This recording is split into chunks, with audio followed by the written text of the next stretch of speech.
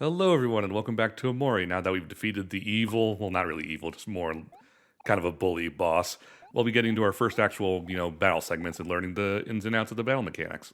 Because the big dude strikes me more as like a large child. Yeah. It's just that, they're a monster and you're not. Unless this is one of those games like in the psychological thing of the humans are the real monsters. No, it doesn't quite that far. Yeah, humans are the real monsters, which is why whenever you end up in the zombie apocalypse, you have to shoot every survivor you find. For you see, the zombies are an allegory. For what? Curse you, John Romero.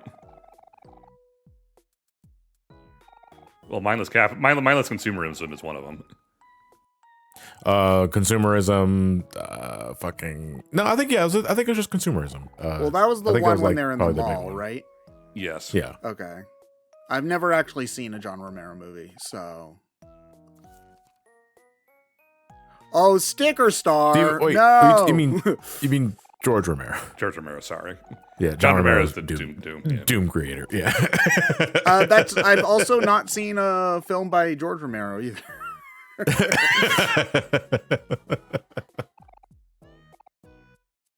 All right, so off we go to Basil's house. Okay, so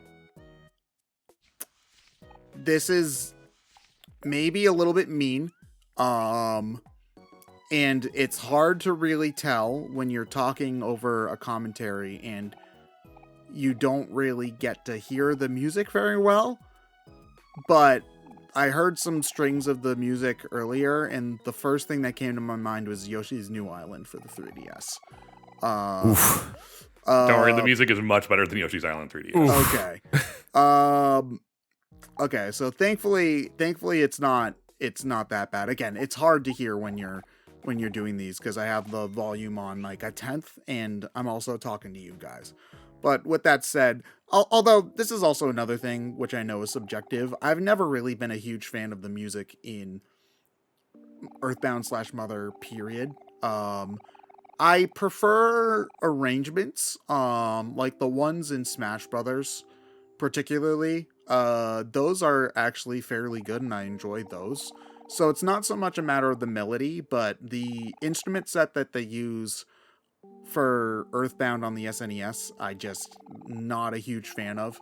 And the Game Boy Advance is the Game Boy Advance, so I don't feel like I need to say much. Well, I think Mother 3 actually has the best soundtrack of the three. I'm of a similar boat. It's not even so much about like the game it stems from. It's just a lot of the soundtrack just kind of blends in together. Although Earthbound it has a couple of really good tracks that I like listening to, like Your Name Please when entering your name, the Summer Town. I don't remember exactly what it was called, but I love that theme. The battle themes are really good too. Earthbound Beginnings also had some really good battle themes. All right, so we're getting into our first battle here. So this Sprout Mole is angry, which this is the big gimmick of the battle system. You have emotions in this game, so each emotion does something different. So angry ups your attack but lowers your defense. You have sad, which ups your defense, and a certain amount of HP you get hit by will take out of your MP. And then you have happy, which raises your speed and crit chance but lowers your accuracy. Are those the only emotions in the game? Yes, there's also neutral, which is obviously nothing, and they have a weapons triangle thing going on between them. Okay. So what you're saying is this game's totally ripping off Super Princess Peach. How does this game live with itself? So clearly they're hammering in, like, as early as like the opening half hour of this game that Omori, that is the character's name? The main character's name, yes. The main character's name is that they're emotionally dead inside. Yes.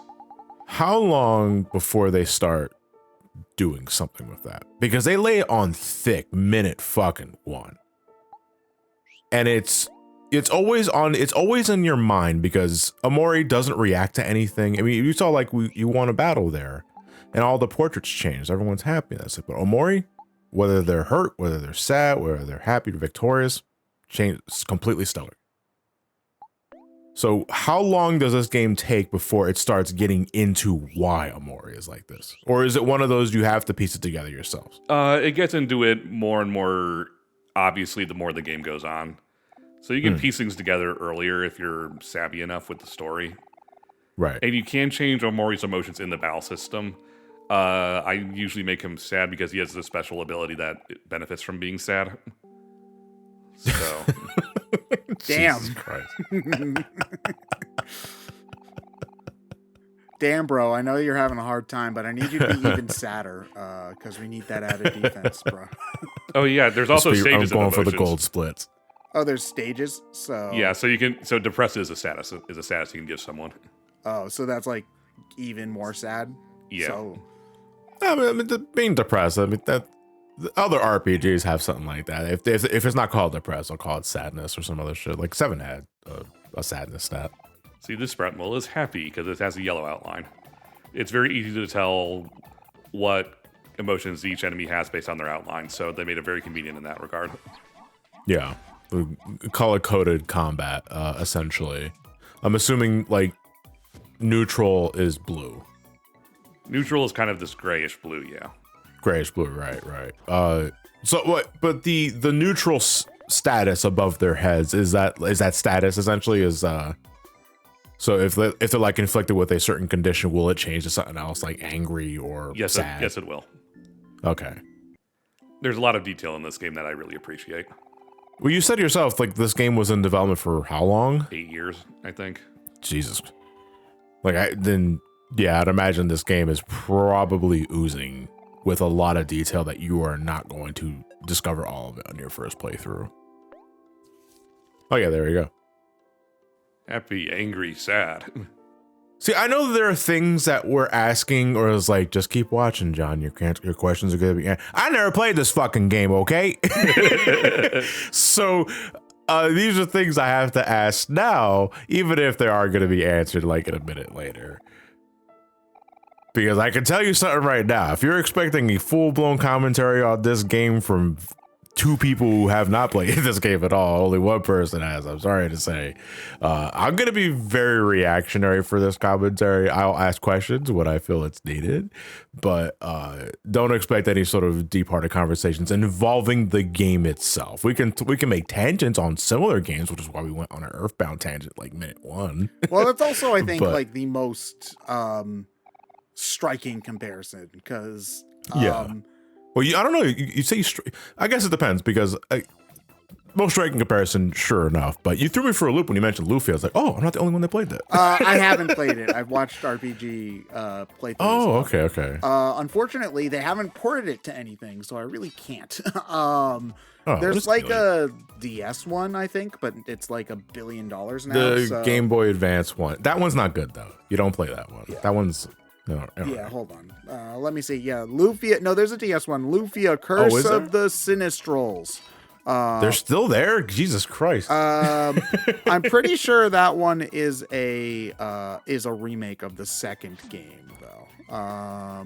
Yeah. Yeah, probably. Yeah, because no, I think the second game was Rise of the Sinistrals, because the first game was the Fortress of Doom. Yeah. I do know that Lufia 2 ends with the prequel, not the prequel, like the prologue. It's a prequel. It's a prequel to the first game. But like the ending is the very beginning of the first game, which I thought is pretty cool. Yeah. But yeah, no, they like, I'm doing a quick Google search here, and yeah, they haven't like ported it to anything. The music's really good though. I really would like to try it at some point. Was that Taito? Hold on. Yeah, Taito, Square Enix, Natsume, and Atlas have all published various games in the series. So God knows who owns the rights to it now. Yeah, because the last game came out like 2010. So damn. Yes. Dead franchise. Yeah. Unfortunately.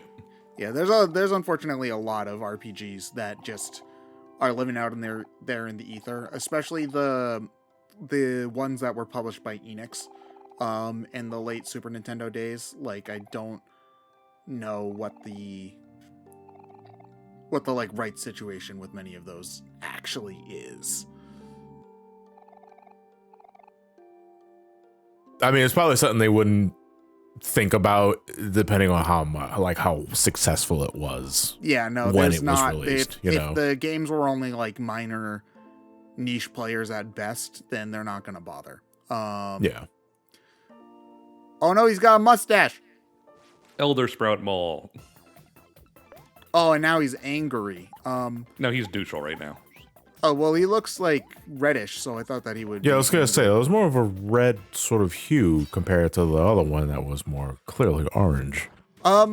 Ryan, This game is inconsistent already. I don't like it.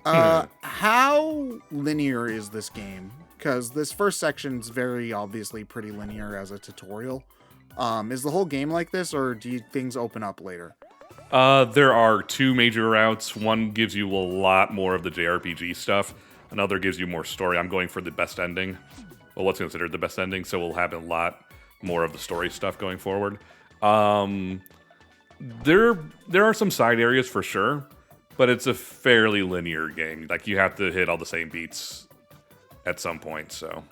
When you say two routes, does that mean like if you go for ending 1 versus ending 2, you're playing through a lot of different areas? To an extent, yes. So at Route 1, you have a lot more of the JRPG stuff and some details change. Route 2, which is the route I'll be going for, they each have names, but I don't want to spoil them just yet. For those of you who haven't played the game in the comments section. There's a lot more kind of real-world sections going on. Because in the Route 1, you're basically you're not involving yourself with anything going on in the real world. Oh, I So see. you're stuck in Fantasyland. Yeah. Well, more like you choose to stay in Fantasyland Yes. as a form of escapism. Generally I'm speaking. assuming. Yeah, more or less. Okay. But the second route is I want nothing to do with this Fantasyland, and it's all real world shit. No, there's plenty of Fantasyland in the second Okay. route, so... Okay. Like, you still have to hit all the major areas in the main route. But your reasoning for it is different, I'd imagine. Somewhat, yes. Okay. So here... Well, I guess that goes into another question I was going to ask. How long is this game? Well, it's 41 parts, so it's fairly beefy. Oh, fuck. You didn't notice that it was eating up half of our Google Drive for the past like 3 months? I got to start getting that Google Doc ready now. List of tangents. Ready to go, guys. Holy fuck. Oh, I've got a tangent. Did you know that Avril Lavigne and Chad Kroger were married for 4 years? Oh, good for them. Yeah, it's like they got divorced. So, Oh. you know. But I just find it funny that the two most Canadian early 2000 singers I can think of got married. What does the thingy on the bottom do? That is special abilities for each character. Whenever it's their turn, you can press a direction on the D-pad for a different ability that they have. If you have all 10, you can use a special attack, without what I'm doing right now, for 300 damage. But, like, Omori will have an extra attack.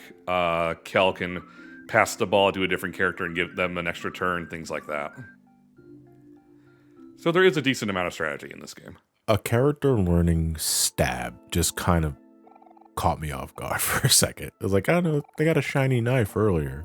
What are you going to do with the knife besides staring at it? You're going to stab things, but still. Like, as an actual attack. Is it always the same 4 characters? Yes, you don't get any additional party members. Okay. Earthbound, essentially. Yes. I mean, that's not necessarily an inherent negative. No. I just, well, like, again, the comparisons just keep piling up. So My more thing about Earthbound, where the battle system doesn't do much for me, is that there's not really a lot of choice or variety, I guess is the point.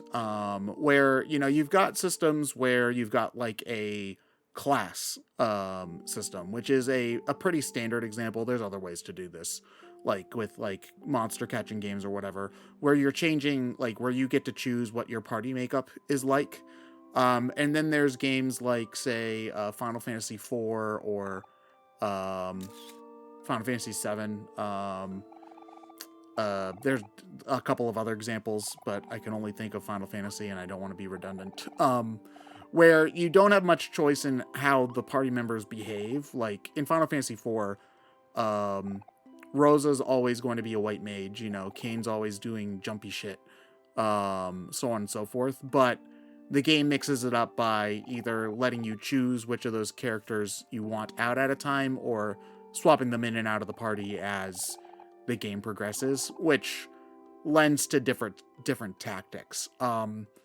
Yeah. Games like Earthbound, Dragon Quest II also has this issue. Can sometimes fall into a pattern where I feel like every fight I'm doing the same thing because, okay, well, I'm gonna use the healing character to heal and use the magic character to do magic and attack with the fighter character. And in defense and critique of Earthbound, battling was always pretty fucking secondary in that game. Yeah, but I mean, it gets to a point where in Earthbound, when you are clearly over leveled or overpowering a enemy in the world map, you won't even fight them. Like if you engage with them, you instantly kill them. Like there's no battle. Yeah, I mean, a lot of RPGs and you can proceed have systems like that. Like, do they? Because like Earthbound is like the only game I can immediately think of where plenty of games have like repels or other things. Yeah. Where if you're I'm talking about you're talking about like, but I'm not even talking about using an item to avoid an encounter. I'm talking about if you actively try and go out of your way to engage an enemy when you're clearly over level and don't need the experience, you instantly wipe them out. Like there's not even a battle transition. I mean, I can't think of many other games that do that specifically, but there's definitely most RPGs, even as early as the original Dragon Quest, had systems in place for if you don't want to fight enemies that are 10 levels below you, you don't have to. You can just skip them. But again, the point is, I think that just leads credence to the fact that the battle system is really not a selling point of Earthbound. I mean, like that's everything else around that damn game. I mean, that's fair, but this is one of those things about RPGs that people often complain about is it's just like, oh, I'm just walking around. Oh, it's just menus. When you're not entirely sold on the aesthetic and world of Earthbound, I'm not really sold on the aesthetic and world of Earthbound. The overworld sections aren't as engaging to me, and so there's not as much to it, if that makes sense. Although I will like to take a step back and say that it is really annoying when people won't give an RPG a chance just because it's turn-based. It's like you saw a lot of this after the Game Awards, and I know giving credence and legitimacy to the Game Awards is also not something I'm super interested in doing. How much is Jeff paying you? Yeah. But it was just really annoying when you saw all these posts about people being like, oh, I can't believe Spider-Man lost. Look at this gameplay of Baldur's Gate. And it's turn-based RPG shit because you're playing literal Dungeons. I'm glad to see something's just never changed. Yeah, I know. I'm just saying that it's just like you're comparing apples and peanuts, where your RPGs are engaging because you're doing something with, like, you're thinking about what you need to do, versus Spider-Man's engaging because you're performing actions within time restraints and other things like that. Like, have you tried a turn-based RPG? Have you actually sat through the menu in Final Fantasy VII and looked at what all those other spells besides Faraga do? But that's not what they're getting at, though. The point is that it's just a bunch of static screens, and it's not as visually stimulating or engaging as Spider-Man. To use Spider-Man as an example, is like swinging across rooftops and other buildings. But it's also like, again, you said it best, apples and peanuts. Yeah, you're playing those games for different experiences. Yeah, there is not one collective experience that you get from a video game. You're playing different video games for different reasons. Yeah, it's also just frustrating because people will be like, oh, but Mario RPGs are fun because there's action commands, when I would argue action commands are maybe among the least important things that make Paper Mario fun. An additional button press. It's the reason why Paper Mario combat is fun is the same reason why people play Brain Age. It's because, I can do first grade math really efficiently. Damn, I feel so fucking smart. Why are there worms chasing us? Because they're basically to keep us from going too far in the looping white area we're in. Oh, okay. Oh, they're little hands. Okay. Yeah. All right. To bring it back to RPGs a little bit, that's kind of why I had trouble way back in the day getting into Dragon Quest and to an extent Earthbound, is because there's nothing happening on screen during the battles. It's just a static image, and a lot of just text saying you did this. It's like, well, it'd be nice if they showed any of that. Yes, and I agree. This is definitely something that like this is why I recommend the DS games so much, is because you get the really great enemy and spell animations, which unfortunately nobody can see anymore because the DS games are like $100 each. Thanks, secondary game market. You're the best. Fiddly-dee. That's a Dragon Quest for me.